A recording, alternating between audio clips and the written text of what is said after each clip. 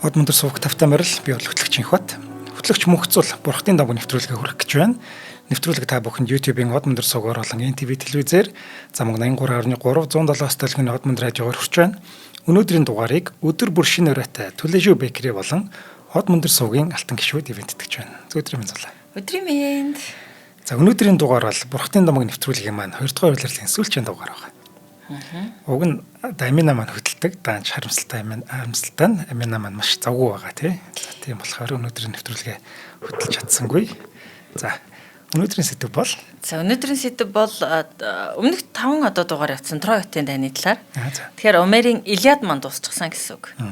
Илиад Одиссей гэдэг шүү дээ тий. Нийтийн он тооллын өмнөх 8 дугаар зууны үед бичигдсэн тий тэр үед амьдарч байсан гэж байгаа сохор найрагч Омерийн.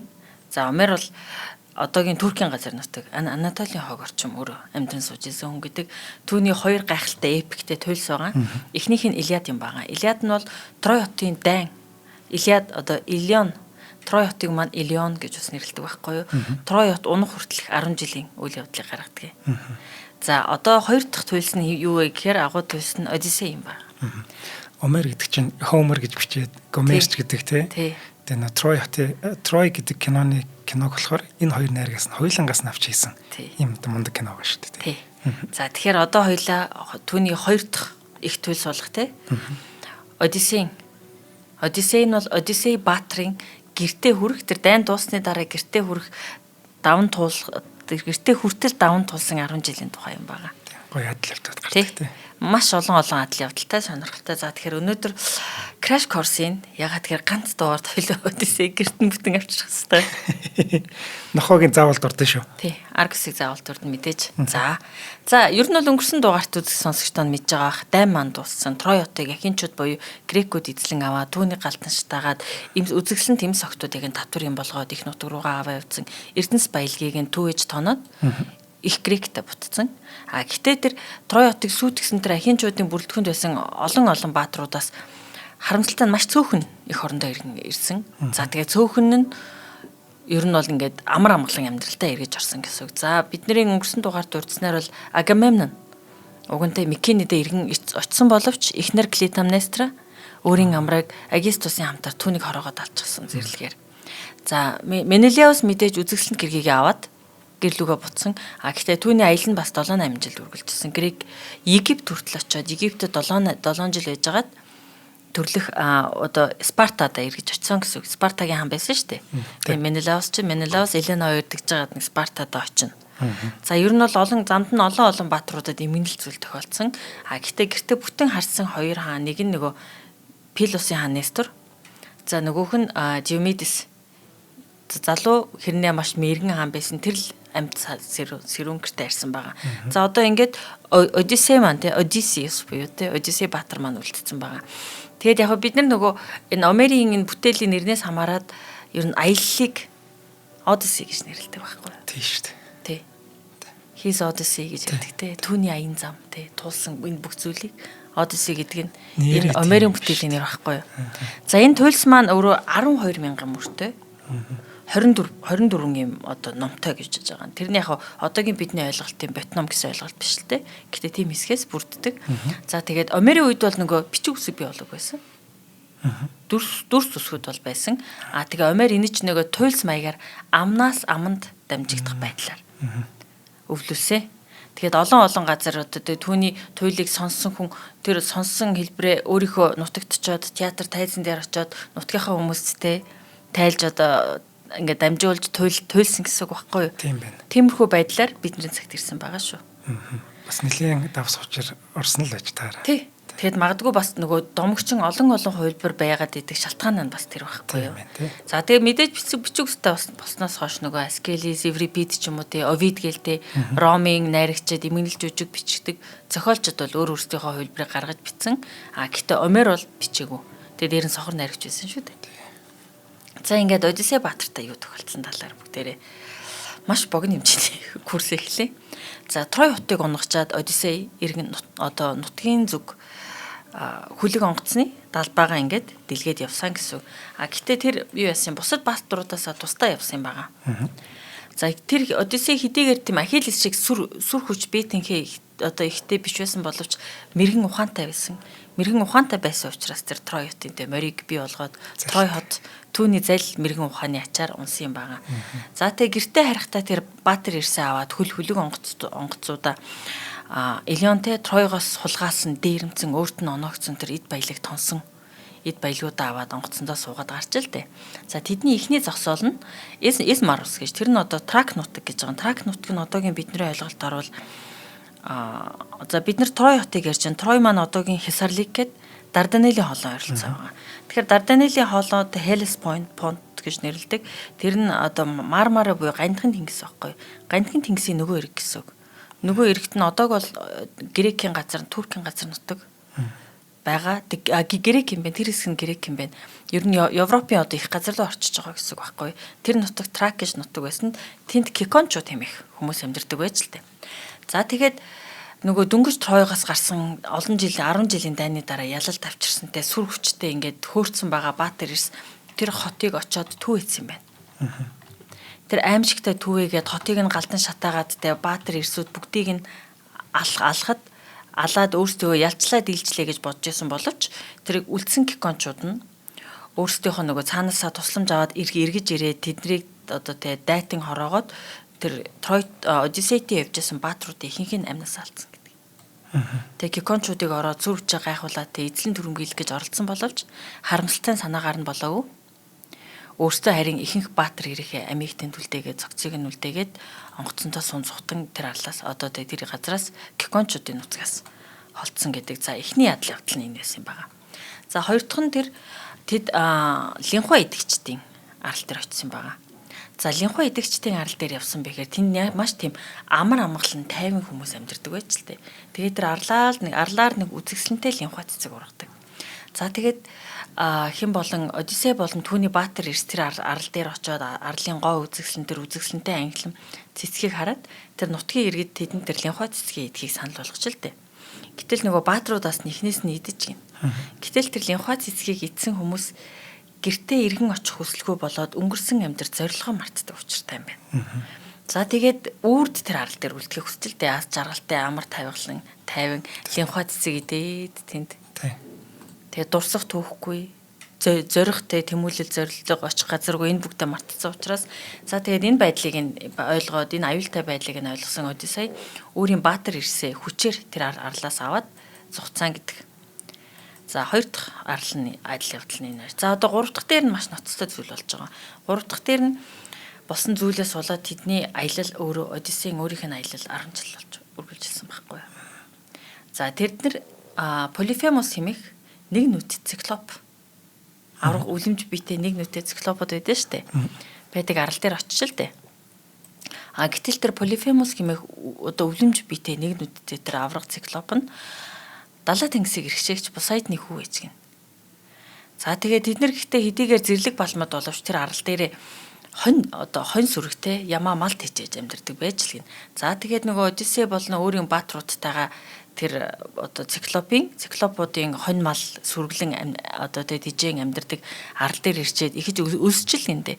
Тэгээ өлсөд хоол хайсандаа нэг агуу олсонд нь маш их хоол хүнстэй байсан бөгөөд өөртөө тэр агуу эзэн байгаагүй гин. За эзэн байгаагүй болохоор нөгөө ядарч туйлдсан Баатар Эрс чинь тэр агуу дотор ороод унтаж амраад байгаа идэ будаа тансаг хоолыг нийтчихнэ үсттэй. Гэтэл тэр нөгөө нэг нүд мангас циклопын гэр бийж таарч. Кинон санагдаад байна. Тэр кинон дээр гардаг шүү дээ. За тэгээд нөгөө ууралж хэлгнээд Полифемос маань нөгөө эртний грект ер нь Зения гэж ойлголт өгдөг байхгүй. Тэр нь юу вэ гэхээр зочин. Одоо тэг гэрээ эзэн хоёрын ёс гэж байгаа. Тэгэхээр энийг маш ихээр хүндэтгэх ёстой. Ягаад тэгэхээр ирсэн зочин гीчнийг яаж дайлах вэ? Яаж хүндэтгэлтэй харьцах вэ?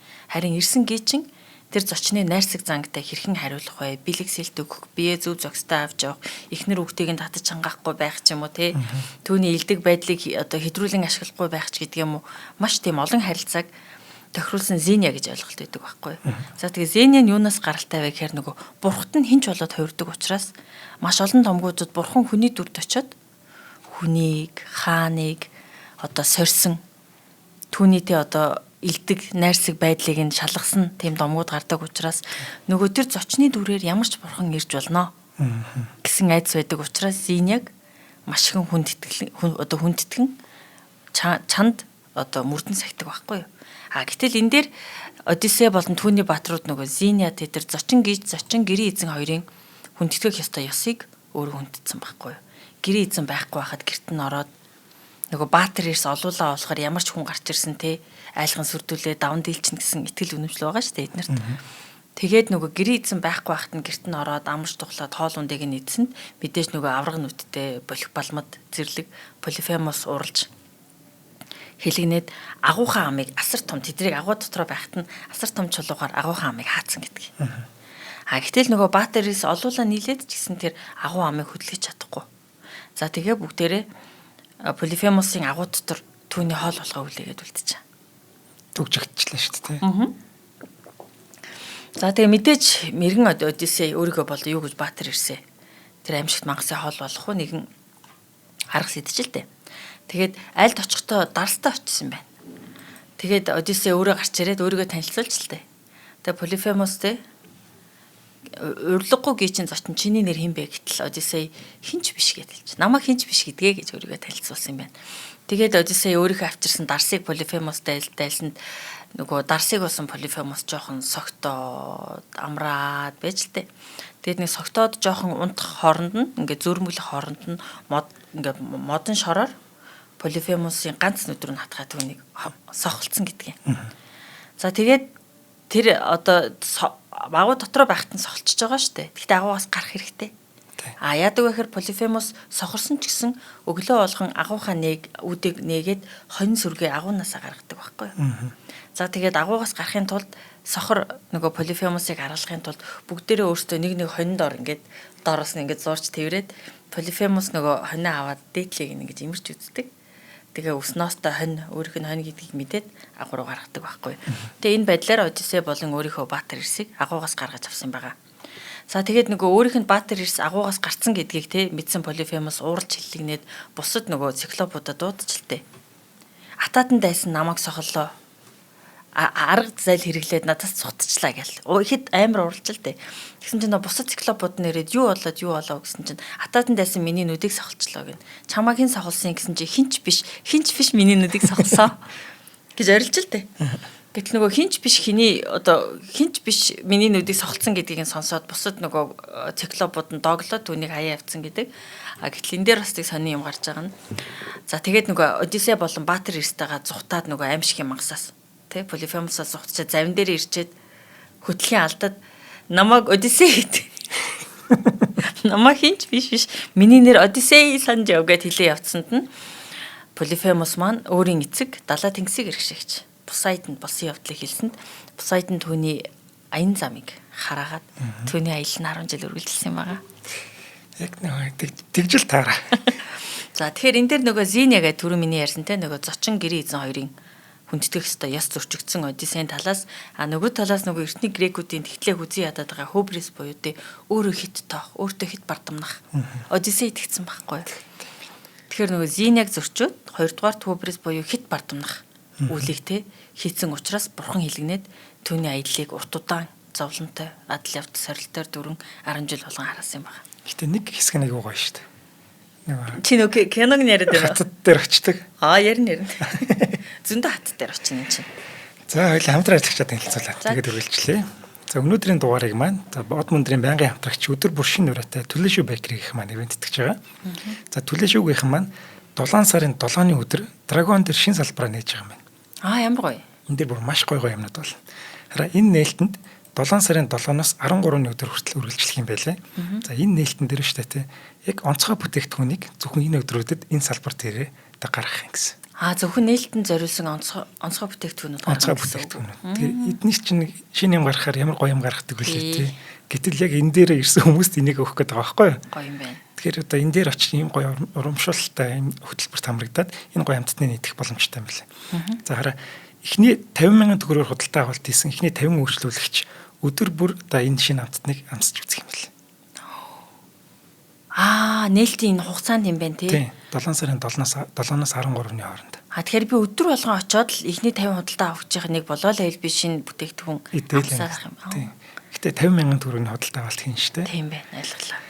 За мөн одоо сонгодог урлаг хийлийн тоглолт энэ салбар дээр явагдах юм байна. Яг нээлтийн өдрүүдээр. За ингээд хөгжим нарийн бов хоёрын ийм сайхан зохицлыг очиж одоо мэдрэх боломжтой юм байна. За төлөөшөөд хүрэлцэн ирээд шинэ орчин, шинэ амт, шинэ мэдрэмжийг хамтдаа мэдэрцгээе гэж уриалж байгаа юм байна. Эднийхийг ярихаар ялтчихгүй ингээд юм идмэрсэн гэдэг. Хамтдаа идмэрсэн гэдэг. Өөрөнд. За ивент тэтгэжтэй баярлалаа. За баярлалаа. За адал явдал маань үргэлээ. За Одиссей тэгээ Баатар Ирсийн хамтаар Полифемосын арлаас цухтаад тий өөрийгөө авахалчтай самбаатай аргатай залтай тулда Полифемосыг тий заллаад гарчлаа гэж бодоод итгэл дүүрэн. Айлс химэх салхины бурхны арал дээр очдгийг.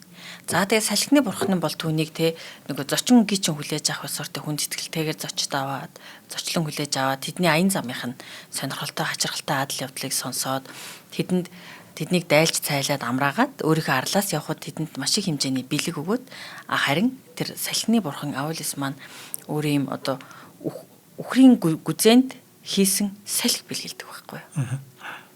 Өөр салхины бурхан учраас энэ салхийг те ингээд яг өөртөө хэрэгтэй хэмжээгээр ашиглаад завинлаа хүч өгөөд гэртээ очоорой. Гэртээ өөрийн төрлөх одоо нутаг Итакада аюул зовлонгоо түргэн очоорой гэд явуулсан юм байна. За тэгээ Одиссей мэдээж нөгөө өөрийнхөө тэр одоо өгсөн бэлгийг гантаа хэрэгэлсэн. За тэд нар тэгээд уг нь бол Итака нутгийг харсан гэдгийг. Итака нутгийн арал байхгүй юу? Арлынхаа барааг хартал 9 өдөр 9 шөнө тэд нар задгаа тэнгист явж л дээ. За тэгээд Итаката амар ойртож ирээд яг л ингээл Итака нутгийг нь хараад иргэн ингээл гал шиг ингээл шатаал нүдэнд харагдаад ирэхин цагт юу болсон бэ гэхээр нөгөө Одиссейн Баатар Ирс маань Аулис хаан Одиссейд юу өгч вэ? Энэ гүзээний туламтай дүүрэм юу байсан юм бэ? Асар хэмжээний алт эрдэнэс түнд бэлгэлсэн байх та гэж бодоод энэ их хэмжээний алт эрдэнэсийг нь Одиссей өөрөө авах гээд байна гэж бодоод нөгөө гүзээтэй салхийг нь онгоолгоод хамаг салхи нь гараа ирсэн. Тэгээд гэртээ эргэж чадалгүйгээр тэрнээс нөгөө гүзээнээс нь асар их хэмжээний шуурга дэгдээд Аулис хааны арал дээр эргээд ирсэн гэдэг. Нутгийнхаа бараг харчаад эргээд ирсэн. За тэгээд Аулис хаанд учир явдлаа хэлсэн болооч Аулис хаан харин юу гэж хэлсэн бэ гэхээр бурхтын хараалыг хүрсэн чамд би дахин туслахгүй гэж хэлсэн баг. Тэгт нөгөө Посейдон түүний аян замыг хараацсан байсан байхгүй юу? Аулис түүнийг мэдээд түүний аян зам дахин салхи өгөхөөс татгалцсан юм байгаа. За тэгээд эндээс хараад Одиссей болон түүний баатрууд хаана очих вэ гэхээр Ластригониан гэдэг хүний мах иддэг авраг биетэй аратнуудтай арал дээр очдог. За тэр аратнуудтай одоо аратан байгаа гэдэг аратнуудтай арал дээр очиод ирэг дээр нь хөлөг онгоцоо тавиад мэдээж нөгөө хоолунд хүнс тижэл нөөц онгоцон дээр олон оногтой аялж байгаа учраас авахар очисон боловч тэдний хааны охинтой танилцаад тэгээд тэр охин өөрийгөө аав нь Антифатис гэдэг хаандаа ячиж гисэн гэдэг. За тэгээд Антифатис хаанд очисон боловч тэр Антифатис хаан арлынх нь өөрөө хүний мах иддэг аимшигтай учраас тэр Одиссей ирчүүдийнх нь нэгийг идчихэл дээ. Зүгээр л Баатар хүрээд ирэхэд нэгийг нь барьж аваад идсэн гэдэг. Тэгээд тэр Ластригонууд болон Одиссейн баатрууданд ашиг нөгөө асар тийм хүчтэй ноцтой дайн тулаан болоод за тэгээд ихэнх Одиссейн ихэнх одоо Баатар хамт явсан баатрууд нь үхээд маш цөөхөн баатрууд үлдээд тэр Ластригонуудын арлын мах идэгч Ластригонуудын арлаас Одиссейн ганц онгоц л үлдсэн гэдэг. Ингээд Одиссей ханд нөхдөд алдаад ганц онгоцтой үлдсэн гэсэн үг. Өөртөөс нь л боллоо шүү. Тий, цөөхөн. Тэгэхээр яг л нөгөө хит бардамнал бүдүүлэг байх, зочлох ёсныг хүнд итгэх одоо тий бурхтыг хүндлэхгүй байх гэдэг л ерөөсөө ойлголтууд энд яваад байна л да. За тэгээд эндээс нөгөө ганц онгоцтой цөөхөлөө үлдсэн залуус маань тэнгис талаад гараад Киркегийн арал дээр ирдэг гэдэг. За Кирке бол маш хүчтэй увдс тэмхтэй юм байна. За тэгээ Кирке маань Одиссей болон түүний Баатар Ирсүүдийг хүлээж аваад гоё дарс хоол унд амттай идэ будаагаар дайлжилт. Тэгээд нөгөө Одиссей чинь нөгөө айхтар ухаантай болохоор тэр тансаг хоол ундыг энэ тэр болгон тий төрүүлж амссангүй. Гэтэл тэр хоолыг нь төрүүлээд амссан түүний Баатар Ирсэн анд нүхт нь гахаа болоод хувирсан гэдэг. Кирке бол нөгөө увдс шидтэй эмхтэй байхгүй. За тэгээд гахаа болоод хувирсанд Одиссей яах учраа мэдэхгүй байж л нөгөө зарч бурхан Эрмис түнтэй тааралдаад түнд Молли гэдэг ургамал гэсэн гэдгийг. Молли гэдэг ургамлыг идээд Одиссей Кирке дээр очиж л дээ тий. Чи анд нүгтийг минь чи зэрлэг аратан болгоод хувиргачлаа. Би чамтай одоо тий нөгөө нёгийг үзсэн хэд илээ барилцсан. Тэдрэг буцаага түн болгол гэж тий. Гэтэл Киркеч гэсэн нөгөө за чи тэгвэл миний анд нүгтэн бол суугаад миний цай хоолноос идэ гэсэнд Одиссей цай хоолноос нийцсэн чинь Одиссей гахаа олж хувирахгүйсэн байхгүй. Кирке түүнийг нь гайхаад учрын явдлыг нь асуугаад тэгээ тэр хоёр юу нь бол анд нүгт болсон гэдэг. Харин Кирке нөгөө их өвдөс шидтэй эмэгтэй байсан болохоор аян замаа тий алжаалгүй өнгөрөөгөөд их нутагтаа түргэн хүрхийн тулд чи тамийн ертөнцид очиод тэрээсээс хэмээх зүнч мэрэгнээс зөвлөгөө авах хэрэгтэй. Түүнээс цаашаа яаж хэрхэн явах асуух хэрэгтэй гэж зөвлөсөн гэдэг. За энэ дээр сайн нэг эмийн ургамал ярьж штэ тий. За багийнх нь гişүүд идсэн эмийн ургамал бол Эврилокус гэж байгаа. Энд гисэн чинь юу яасан? Хэдэн жилийн өмнө нөгөө юм ургамал судлаачдын одоо тий ботанистууд юм байна л да. Эмийн ургамал судалдаг тэр эмийн салбарынхны чуулган дээр нэг грек судлаач ирээд илтгэл авчилтээ. За. Тэгсэн чинь тэр ямар энэ эмийн ургамлуудын учрыг тайлсан чинь энэ эмийн ургамлууд нь одоо болтол байдаг хуучны эртний соёл иргэншлүүд хэрэгэлдэг байсан яг юм үйлчлэгээтэй эмийн ургамал юм байна гэдгийг батлаад ярьчих юм тий. Тий. Яасан бэ гэхээр юм байна. Нөгөө Сиркегийн хоолндоо хийгээд тэр нөгөө хүмүүст өгөөд тэр баатар ирсэн гахаа болоод хувирдсан тэр эмийн ургамал нь үгийн нөгөө халюцинац буюу тий. Хийм хардаг. Тэг хийм хардаг эффект үзүүлдэг ургамал юм байна. Тэгэхээр хийм харахаас гадна өөрийгөө зэрлэг амтын аратан болчлоо гэж ойлгож мэдэрдэг хардаг. Тэгээ тэр аратан амтын шигээ бие авч явдаг юм байна. Оо тийм үү. Наач ямар сони. Гэтэл Молли гэдэг нэг юм хар юм штэ. Цагаан эм дээрээ булцуутай цэцэг гин л дээ. Тэр нь тэгсэн чинь Кавказ дургадаг Иранд бас байдаг юм гин. Энтгэрүү ч гэсэн байдаг гэсэн баха. Тэгээ тэр ургамал нь яадаг вэ гэхээр нөгөө тэр хийм харах хиттэй ингээд өөр зүйлийн нөлөөнд орохоос урьдчилан сэргийлэх үйлчилгээтэй. Тийм ургамал байсан. Тийм. Тэгээд ер нь энүүгээрээ тэр нөгөө грек судлаач маань юу гэж хэлэх гэсэн бэ гэхээр эртний грекийн домог зугал зөвхөр нэг сонирхолтой онц ноцтой тий шидийн үлгэр домог бишээ. Энэ хуучин цагийн хүмүүсийн маш их мэдлэг мэдээллийг дараа үедээ дамжуулж байгаа нэг хэрэгсэл юм байна. Сонирхолтой байгаа. Хэвээ маш сонирхолтой. Ийм бүр маш олон зүйл үүдэх юм байлаа. Энэ цэцэг нь бүр үнэхээр гоё цэцэг юм байна.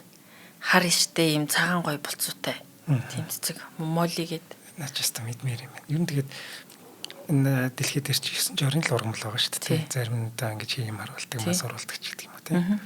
Энийг домог дээрээс харна гэдэг ч бас нэг юм тийм. Харин тэгээд энэ хүмүүс энэ домгийг те ярьж явах, зохиож явахтай дамжуулж явах үед энэ цэцэг ургамлын шидийг хүн өөрөө анзаарсан мэдсэн ахуудаа хэрэлдэг байсан байгаа байхгүй юу? Яг нэг ханчин ямаач юм бэлүү? Анх нэг кофений ургамлыг нээдэг шүү дээ. Яадаг гэлээ нөгөө жижилсэн ямаанууд нь хөвчлөлтэй болоод дэлжганаад байдаг. Тэгэхээр нөөрөө идээд үтсэн чи өөрөө дэлжганмаар санагдаад байсан гээд тэгэж анх нөө тэр чин копи гэдэг хүн байдаг үлээ. Олсон ямар ч нэг нэр Этиопод гэсэн шүү дээ. Этиопод. Нэг кофений үр ингээд идээдсэн гээд. За ер нь тэрнтэй л адилхан юм байна. За тэгээ ингээд Одиссей маань үдсэн баатар ирсэн аваад Кирке өвдөс бүсгүүтэй те анд нөхөд болоод бас их хэмжээний биелэг онгоцсон дээр хоол хүнсээ нөөж аваад доод ертөнц рүү очих зөвлөгөө аваад явсан байгаа. За доод ертөнцөд очиод Одиссей маань нөгөө Тэресэс хэмээх зүнчтэй уулзсан. За үзэгчд сонсогчд маань санаж байвал Тэресэс маань нэг хүний амьдралыг 7 нугасантай тэнцсэнтэй. Урт амьдэрсэн тийм хүн юм байгаа. Тэгээ хүүрс нь бүр амар олон удаа хүүсэн солигдсон. Эмэгтэй хүн болж төрөөд нэг бурхан хараагаад эрэгтэй болгоод тэгэхээр дараагийнхан бурхан хараагаад эмэгтэй болгоод исэн тийм түүхтэй зүнч байхгүй юу. Тэгээ тэр одоо түүний сүнс доод ертөнцид байгаа юм байна. За тэгээ доод ертөнцид очиод юу гэж хэлсэн бэ гэхээр доод ертөнцид Одиссей гэж очихт нь Тэресэс чи нарны бурханы мас үргээс хол байгаарай. Нарны бурханы мас үргийг ерөөсөө гэмтэж болохгүй шүү. Аполло тий. Аполлогийн мас үргийг гэмтэж болохгүй шүү. Тэгвэл далаа тэнгисийг эргшигч улам их чамд хэлгэлнэ. Яг тэгвэл бурхтын нөгөө одоо тий ариун дагшин зүйлд нь хурж болохгүй л гэсэн агуулга байхгүй юу. За тэгээ тийм зөвлөгөө өгч гин. За тэгээ Одиссей бол мэдээж нөгөө доод ертөнцид очиод Ахиллесийн сүнстэй уулзна. Аясын сүнстэй уулзрна. Агамемнон сүнсийг бас харна. Наач яасан гоё. Агамемнон өгсөн байгааг мэддэг байгаа шүү дээ. Ахиллесийг бол мэдчихээн. Тэгээ энэ эднэрийн сүнстэй бас уулзч учирт юм байгаа. Тэгээд нөгөө аян зам маань дуусаагүй байна. Ар гэртээ хараагүй байна. Тэр ноолны кино хурдан гараад өгсөн. Одиссе. Тэг өнөө марашгүй трейлер нь гарч байгаа шүү дээ. Хизээт тэр ирчихлээ. Ирчихэл гарна. Окей. Энэ баг юу зуусаар харж билүү? Ямарч маш өртсөн байна. Гоё. За ингээд доод ертөнцид очоод Тересисийн те зүнг зааварчилгааг аваад гараад сиренүүд гэж байгаа. За сиренүүд нь бол нэг маш үзэгсэлэнтэй бүр ингээд юм их шиг аялгаутай. Хоолойтой эмэгтэйчүүдийн арал юм байгаа. За тэгээд энэ арлууд дээр яах вэ гэхээр тэр ингээд хурц одоо их хадан юм чулуун арлууд баггүй юу? Энэ арлуудын дундуур онгоцоороо ингээд яг энэ арлуудын дундуур явж өнгөрөх хэвээр Одисей маань баатруудтайгаа. Тэгээд харамсалтай нь тэр нөгөө үзэгсэлэнтэй тэр сайхан бүсгүүчүүдийн нөгөө дуунд хит автвал нөгөө юу яах юм бэ л дээ үхэл төрнө. Тэгэхээр нөгөө тэр хоёр тэдний дууг сонсвол үгийн өөрийн мэдлгүүдээр үзэгсэлэнтэй бүсгүүчүүдийн сайхан дуу хоолойд нь автаад үхэл төрөх учраас Одисей баатар эрстэй нөгөө ла одоо зүгийн балны юу гэдэг лээ? Бивакс. За. Тэрийг чихэндээ бөглөө. Баатар ирсэ чихэндээ бөгөл энэ үзэгсэнд те Серенас гэдэг эднэрийн дуу чимээг сонсч болохгүй шүү. Сонсох юм бол өхнө.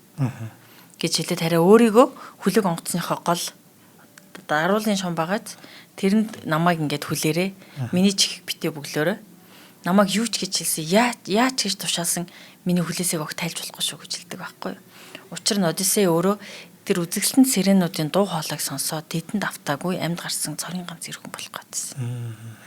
За тэгээд нөгөө мэдээж ихц өндөр хавцал хадуудын арлуудын хажуугаар явсан тэр үзэгсэлэн бүсгүүчүүдийн дуу хадчихсан боловч тэднийг нөгөө дууг нь хинч сонсохгүй байсан болохоор тэр баатар ирсүүд нөгөө яахчгүй байсан болохоор баатар ирс бол бүрэн бүтэн өнгөрсөн. Харин тэдний дууг сонсон Одисей нөгөө идрэг ойрлол тэг чарлал миний болтыг тайл бушуухан цаазаар аман шүү эзэн хаажин чамдаш аж ингээл хичнээн ойрлж чарлсан боловч нөгөө баатар ирсэн чихээ бөглөөцөө юу ч сонсохгүй байгаа болохоор түүний тушаалыг авалгүйгээр энэ эднэр бүгдээрээ амьд сарвал бүрэн бүтэн сиренүүдийн арлын хажуугаар явсан өнгөрсөн юм байна. За тэгээ энэ мэт олон адал явдалтай амжих нь үгүй юу? За тэгээ үргэлжлээд баатрууд маань Скила болон Харибдисуудын арал дээр очих. Энэ бол нөгөө аимшигтай тийм учирч байгаа энэ хоёр аимшигтай далаа тэнгисийн мангаснууд баггүй юу? За тэгээ Скила нь бол 6 толгойтой.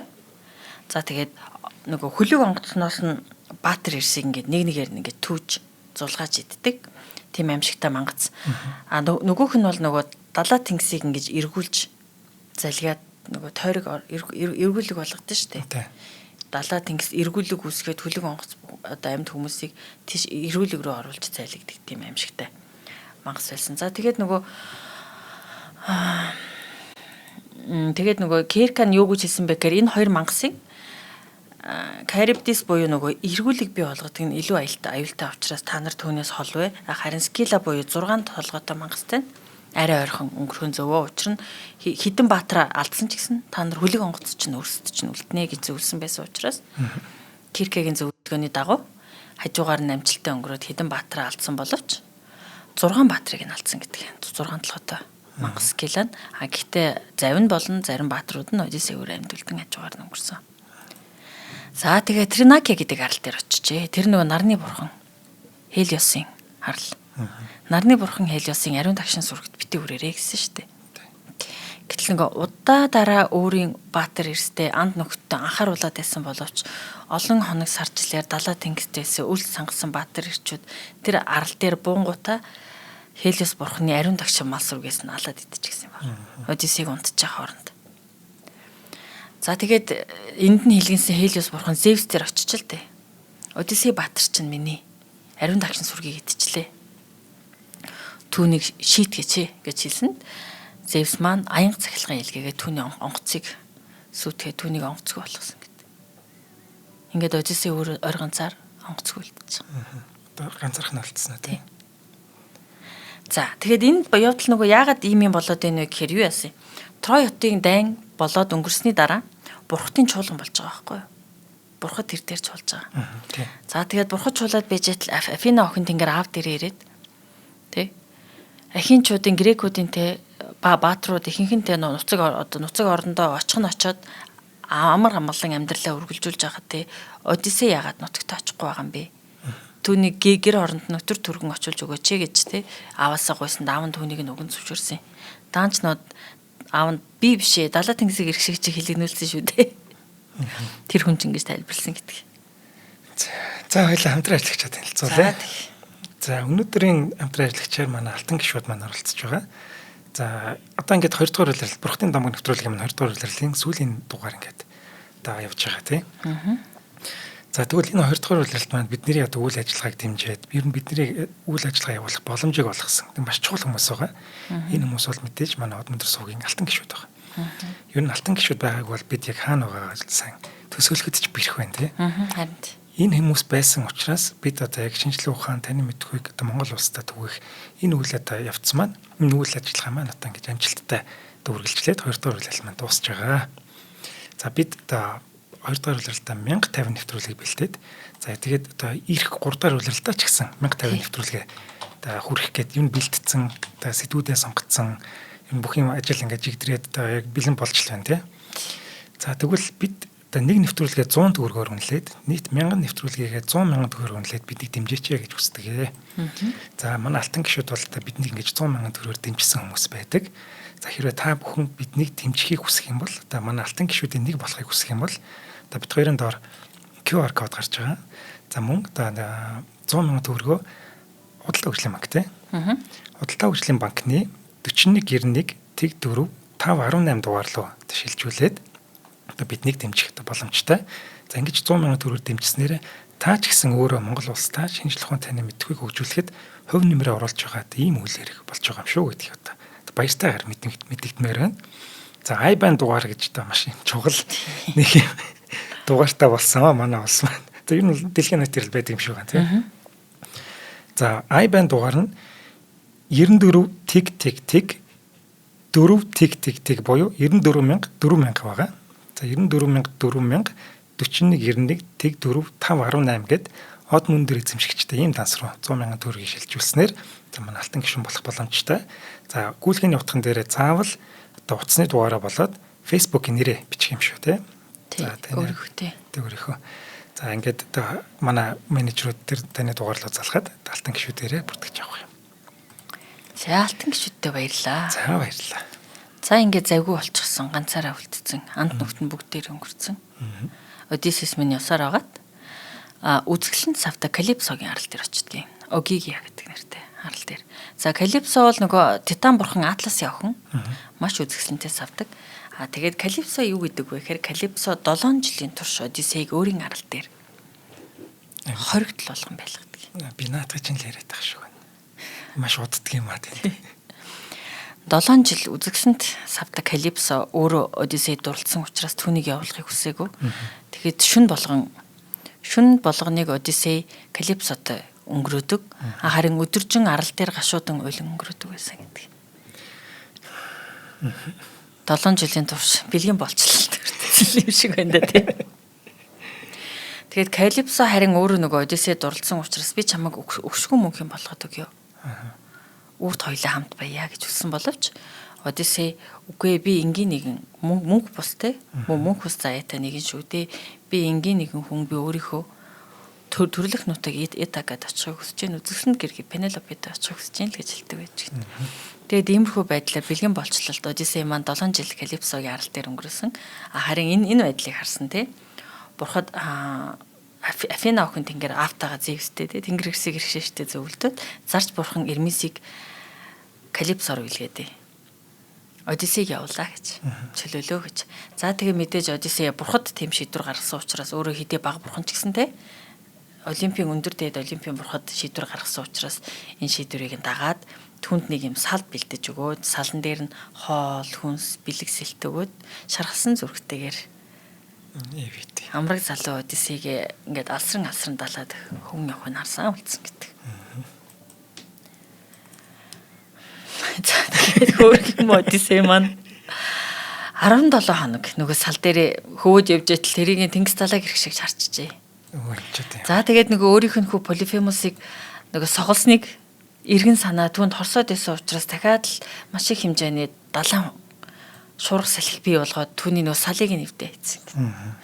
За тэгээ гэтэл нөгөө салыг нэвдээд нөгөө далаад живж өгчээсэнд нь харин тэнгис далайн баг бурхан Ликоте гэдэг түүнд одоо тэгээ хөөхнийг жижигхэн одоо жижигхэн модны холтс ч юм уу тэ хилтерхий түн рүү илгээгээд түүнийг амьд үлдээхийн тулд тэрэн дээр ингээд хөвсөр байгаад амьд минь тэрээр фик гэдэг нутаг дээр ирсэн гэдэг юм. За тэр нөгөө яадаг вэ гэхээр за олуулаа гарсан олон ус онгоцтой байсан.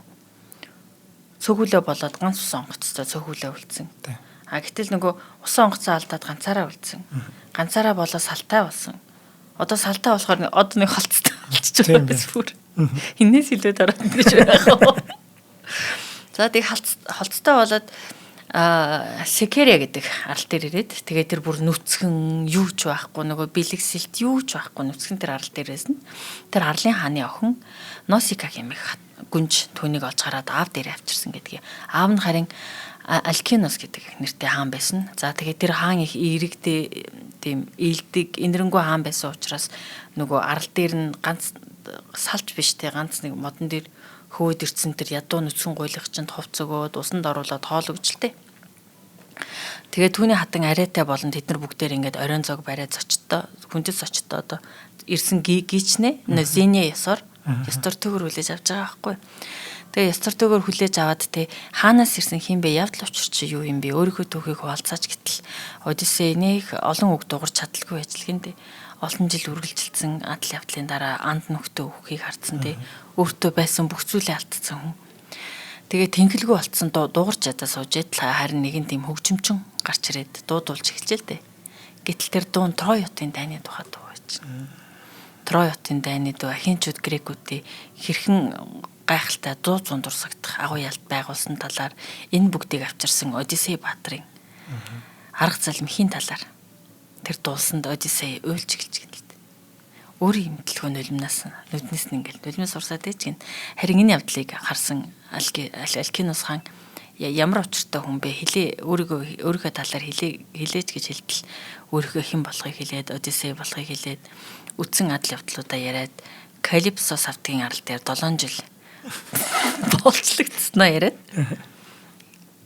харин түүний ярьсанд уярсантай хин гэдгийг суу алдартай агуу баатар өөрийнх нь ордонд те байгаад баярлсан хаан маш их хэмжээний бэлэгсэлт бэлдээд хоол хүнс өгөөд түүнийг арал руугаа яваа гэдээ явуулсан гэдэг. Энэ охинтойгоо суух гэж юм л гэж бодлоо шүү. За ингээд Одиссей маань 20 жилийн дараа гэрээсээ гарснаас 20 жилийн дараа төрлөх Итакада эргэж ирж байгаа. Гэхдээ төрлөх Итакада эргэж ирэхэд нь нөгөө Сэцмэрэгний охин тэнгэр Афина хэлж байгаа. Шууд өөрийнхөө ордонд битээ очоорой.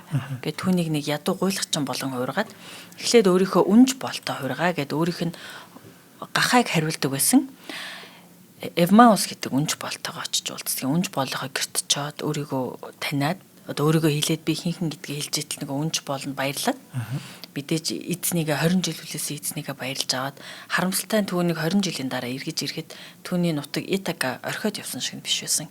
Түүний ордон нутгийг 108 те газраас ирсэн түүний үзэсгэлэнт ирхий Пенелопыг өөрийн хатан болгоод Итакад хаансах хүсэлтэй. Баатар ирсэн гэж цугулдсан явахгүй. Ордон гэрийг нь улс орныг нь түүээгээд Эрдэнэс баялгийг нь эдэд цөлмөд байжсэн гэдэг.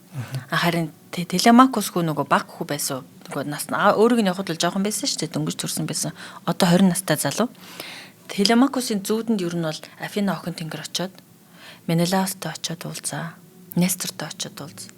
Аавыгаад тэ олж ирээ гэдэг бас даалгавар өгсөн байдаг. Тэгээ Телемакус эднэрээр явсаар байгаад эргээд ирсэн байдгийн Итакада. За тэгээ учир явдлыг хэлээд тэг ингээд 108 юм газраас ирсэн баатар ирс улс орныг нь түүээгээд эхнэрийг нь хатнаа болгож авах гээд хүлээж байгаа гэдэг. Харин эхнэр нь юу гэж хэлсэн бэ гэхээр аавда юм юу нэгж байгаа юм нөмрөгч юм уу те нэг орхимч нэгж байгаа. Тэгээд энэ орхимчоо нэгч дуусчаад би та нарын нэгийг сонгоно гэрлэнэ гэд хэлсэн. Тэгээд өдөржин ингээд нэхэл сучдаг. Нөгөө баатар ирсэн хүлээгээл хараал идэж уугаал ордон улсыг нь түүгээд байждаг. Гэт шүн болонгууд Пенелопе нөгөө нэгсэн уцаа хөвдөг. Шүн болгон хөвдөг. Тиймэрхүү байдалтай хөргий 20 жилийг өнгөрөөсөн байгаа. За тэгээд учрын явдлыг мэдсэн Одиссей нөгөө гуйлгчин нэрийн дүрээр өөрийнхөө ордонд ирчилтэй. Ямар ч байсан атаатан тайсан ордон гэрийг нь эзлээд авсан байгаа юм байна. Үзэгсэлэн гэргийг нь авахар улс орныг нь төв хийж байгаа юм байна гэдгийг ойлгосон. Тэгээ нөгөө гуйлгчин дүрээрээ ордонд ороод ирчилтэй. Гэтэл ордонд хөгшин гуйлгчин ядарсан хүнтэй 20 жилийн дараа ирэхэд ордонд орж ирэхэд нь түүнийг хэн таньсан бэ? Нохоо. Аргос. Түүний нохоо Аргос таниад эзнээ таниад амар амгаланаас урсан гэдэг. Тэр дэлхийн хамгийн өнж нохоо гэдэг. Хачико биш юм уу? Ингээд хоёр дахь нь Хачико байхгүй. Аргостын төвчин тэгвэл нөгөө харт чорны белый бим, чорны юу гэдэг. Харт чиг цагаан бим чинь яг тэгдэж штэ. Эзний хараагүй ч гэсэн нэг амьд гэдгийг нэг ямар нэгэн байдлаар мэдчихэд үхээд идэв штэ. Хайсаар байгаад гэрээгээ гадаа очдөг юм уу? Тий. Тэгээ даанч үнэртэж байгаа шүү дээ. Тэнд амьд байгаа гэдэг нь. Яг тэгдэг те. Энэс бас сэтэлсэн байж болох юм те. За тэгээд ордондоо оржээ. Гэтэл нэг олон баатар ирсэн. Эхнэрийг нь сүүт залуугаа сонг гэж дарамтлаад байж байгаа юм. Тэгээд Пенелопе юу гэж хэлсэн бэ гэхээр 12 ийм сүх байгаа. Голдоо нүхтэй байж тэр сүх нь. Яг ингээд ихнүүлээд өрцөн 12 сүхний голоор Одиссейгийн номыг татаад голоор нь гаргаж чадсан хүнтэй би сумаа тэр 12 сүхний нүхнийх нь голоор ихц гаргаж чадсан баатар эртэй би суй гэж хэлжилтэй. Гэтэл тэрэн дундаас нөгөө баатар эрсүү чадахгүй байж гэн. Харин нөгөө хөгшин, гуйлагчин, ядарсан, туулцсан Одиссей босч ирээд би татыг гэтэл нөгөө бос баатар эрс дооглон нэстэй. Олиггүй гуйлагчин чи юу чадав гэжтэй Одиссей баатарын номыг татна гэж чи чадна гэж бодоод байгаа юм уу гэтэн. Одиссей нумаа татаад тэр 12 игнүүлээ тавьсан. Сүхэн сүхний голоор сумаа ямар ч алдаагүй гаргацсан. За тэгээд Одиссей гэх юм болохыг эхнэр нь таньчихж байгаа. Тэгээ арай Одиссей ордныхаа хүүтэйгээ боолтоогоо тохиролцсон байгаа. Ордныхаа хаалгыг хагаад тэр орон нутгийг нь сүйдэлжсэн 108 баатар ирсийг бүгдийг нь алсан гэдэг. Мөн өөрт нь үнж бус байсан, өөрөөс нь урсан байсан, өөрийг нь үгүүдтэй, өөрийнх нь эсрэг байсан бүх боолуудаа бүгдийг нь алсан гэдэг. За тэгээд шудрах ёсоор нь бол айгүй их цус нүчтэйгээр иргэн тогтоосон гэдэг. Харин нөгөө Пенелопе хэдийгээр өөрийнх нь номыг татцсан боловч бас нөгөө 20 жилийн дараа нэг хүнийг харна гэдэг те итгэхэд бэрх. Тэгээд нөхрөө яаж таньсан бэ гэхээр тэгээ өөр хинч мэдэхгүй зөвхөн Одиссей мэдж байгаа нэг зүйлийг надад хэлгэж л те. За тэр хэлсэн зүйл нь юу байсан гэсэн чинь Одиссей өөрөө унтлагын өрөөнийхөө орыг урлсан юм байна. Хизээч юунч хөдөлгөөнд дуу орохгүй урлсан юм байна. Тэгээ Одиссей тийм урлсан гэдгээ хэлээд өөрийгөө таниулсан гэдэг. Тэнд ийм нэг юу орохгүй болохгүй л дээ элемент. Бурхтын домог дээр. За ингээд Одиссей баатар маань 20 жилийн дараа. Их нутгаа орхисноос хойш 20 жилийн дараа эзэн минь төрлөх Итаката ирээд эзэн хаан болон суусан байна. За, яста маш их товчлаа тий. Харин дэст экспресслээ. Үхэн тэр юу газар доорх ертөнцид очиод Акилес центртэй ярьсан яриамаар гоёлах тий. Сонирхолтой маш сонирхолтой. Ярьсан чинь зүгээр кинон яг нүдний урд орл харагдал байна л та. Яг нөгөө нүмерхтэй тэгэл ном татж байгаа, тавьж байгаа энэ төр нь бол яг л харагдлаас. Гол дүр нь хэмгэлээ. Харин марцчлаа. Ямар ч нэг одоо л хөгшинлөлтөө тэр хүн чинь. Кинон баг. Matt Damon биш үү? Биш. Шинэ кинон бол Matt Damon. Хуучин нэг кино байдаг штэ. Бүр дээр үе 50 оны кино юу? 50 ч бас арай биш юм аа. Тийм үү. Сүүл. Яг сүүлд бол нөгөө Ralph Fiennes-ийн тоглосон Odyssey гарсан. Ralph Fiennes. Биш. Ralph Fiennes. Тэр биш шүү дээ, тий? Гэхдээ яг миний яриад байгаа хувилбар нь болохоор яг тийм бас нэг домгийн хэлбэртэй санагдаад байна. Би нэг бүр багтаа үзчихсэн болохоор одоо сайн санагдав. Харин нэг аврах том нөгөө циклоп ингээл нэг амар том биетэй гэхдээ хүнээр дүрсэлсэн нэг нүдтэй мөн биз дээ. Тийм үү. Тэгээд би бас нөгөө юутай номтойч баг холиод байна нөгөө бүр ингээд бүр холилдчихлаа. Гэхдээ ямар ч киноны тэр ном татдаг бол нүдэнд харагдлаа. За баярлалаа зулаа. За баярлалаа. Тэ гоё сонирхолтой түүхэл домог байлаа тийм ээ. Одоо уг нь 3-4 дугаар яваад дэлгэрэнгүй ярьсан бол их сайхан байна. Даанчтай ингээд хойр маань гэж таарлаа тий. За ингээд од өндөр сувгийн бурхтын домог нэвтрүүлгийн маань 2 дугаар улирлын сүүлийн дугаар та бүхэнд хүрч дуслаа. Нэвтрүүлгийг маань одоо хөтлөгч Европ судлаач Мөнх цол бидэнд 2 дугаар улирлын туш бэлтгэн хүргэлээ. Баярлалаа цулаа. Баярлалаа. За нэвтрүүлэг маань та бүхэн YouTube-ийн Од Мөндөр суугаар болон NTV телевизээр замаг 83.3 107 толгойн Од Мөндөр радиогоор хүрсэн. Өнөөдрийн дугаарыг өдөр бүр шинэ ураатай Түлэжүү Бэкери болон Од Мөндөр суугийн алтан гишүүд ивент тэтгэлээ. За ирэх улирлаар олцъя. Баярлалаа. За баярлалаа.